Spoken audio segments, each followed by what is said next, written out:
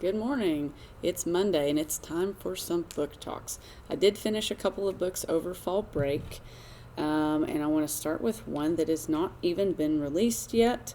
Auroras End by Amy Kaufman and Kristoff. It is the third and final installment of the Aurora cycle, and since it is the third and final installment, I'm not really going to tell you anything about it because I don't want to give anything away, but I will tell you that we have book 1 and book 2 here in the library.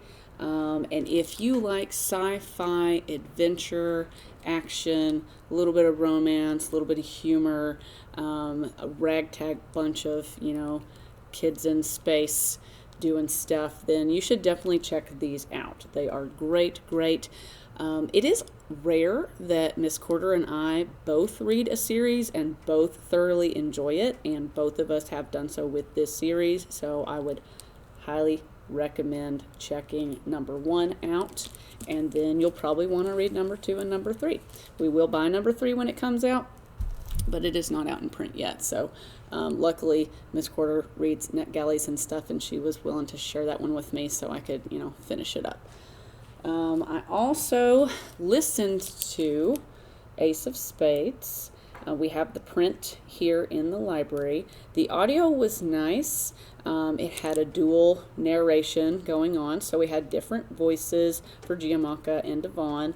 And these two students are the only African American students at their prestigious private school.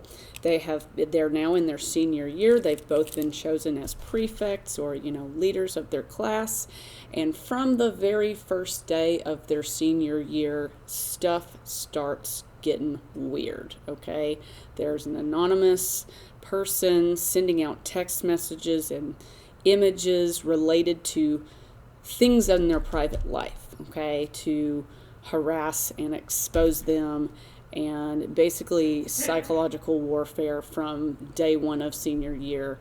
And it gets crazy, it gets deeper. I would recommend reading it. It was a great story. It's in our mystery section. Check it out. I don't want to spoil anything for you by talking too much about it. It's just a really good book. Try it. And then lastly, I don't have this one, and I won't buy it for us because it is an adult read, but Mr. Know-It-All by John Waters. I listened to this on the way to Myrtle Beach, where I got married over fall break, so if you didn't know that, there you go. I'll be changing my name to Miss Hale, so instead of Miss Wheatley, it'll be a little bit shorter.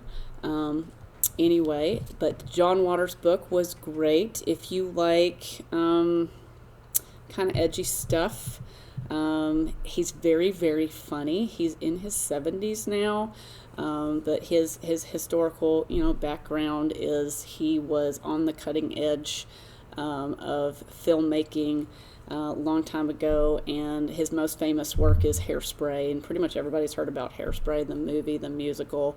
But if you like that sort of thing, check it out from e-reads, Tennessee Reads. I read it or listened to it through Libby.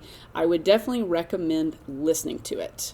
It would be okay in print also, but it's read by the author. Any book like this, any kind of autobiographical memoir situation, especially by a public performer or comedian, you need to listen to the audio read by the author to get the full effect. But hilarious, a little bit creepy in parts, of course, some shocking, trying to be shocking stuff, but just really good. Okay, but I'm not going to buy it for us because it's for adults. But anyway, I think that's all I've got for you guys. That's all I read over the break, and I will have more to talk to you about next week. So hope you had a good one, and welcome back to school.